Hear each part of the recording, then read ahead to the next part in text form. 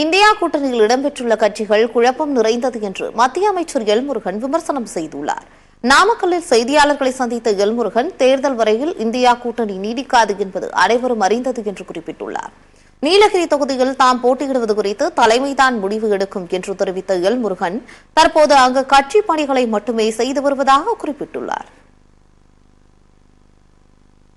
தெரியாதுங்க, அது எங்க கட்சி தான் சொல்லணும். நாங்க தேர்தலுக்கு அந்த தொகுதியை ரெடி பண்ணுறதுக்கான பணிகளை செய்து கொண்டிருக்கிறோம்.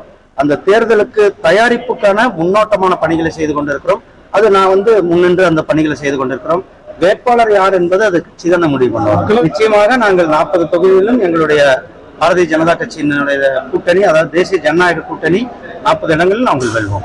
அது அவருடைய பகல் கனவு. இன்றைக்கு இந்தியாவில் உலகத்திலேயே மிகப்பெரிய கட்சியாக பாரதிய ஜனதா கட்சி இருந்து கொண்டிருக்கிறது.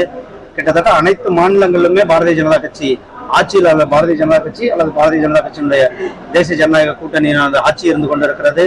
அதிகமான மக்களவை உறுப்பினர்கள் கொண்ட கட்சியாக பாரதிய ஜனதா கட்சி இருக்கிறது. மாநிலங்களிலும் இப்போதைக்கு எங்களுக்கு அதிகமான பெரும்பான்மை இருக்கிற கட்சியாக இருந்து கொண்டிருக்கிறது. பாரதிய ஜனதா கட்சி உங்களுடைய தமிழ் மண்ணிலேயே தேசிய ஜனநாயக கூட்டணியானது ஆட்சியில் இருந்து கொண்டிருக்கிறது. அவருக்கு தெரியல போல, அதை ஞாபகப்படுத்த விரும்புகிறேன். பாரதிய ஜனதா கட்சியினுடைய 4 சட்டமன்ற உறுப்பினர்கள் சட்டமன்றத்தில் உட்கார்ந்து இருக்கிறார்கள். பாரதிய ஜனதா கட்சியினுடைய தமிழ் மன்னனுடைய பாண்டிச்சேரியினுடைய ராஜ்யசபா உறுப்பினர் அங்க பாராளுமன்றத்தில் இருக்கிறார்.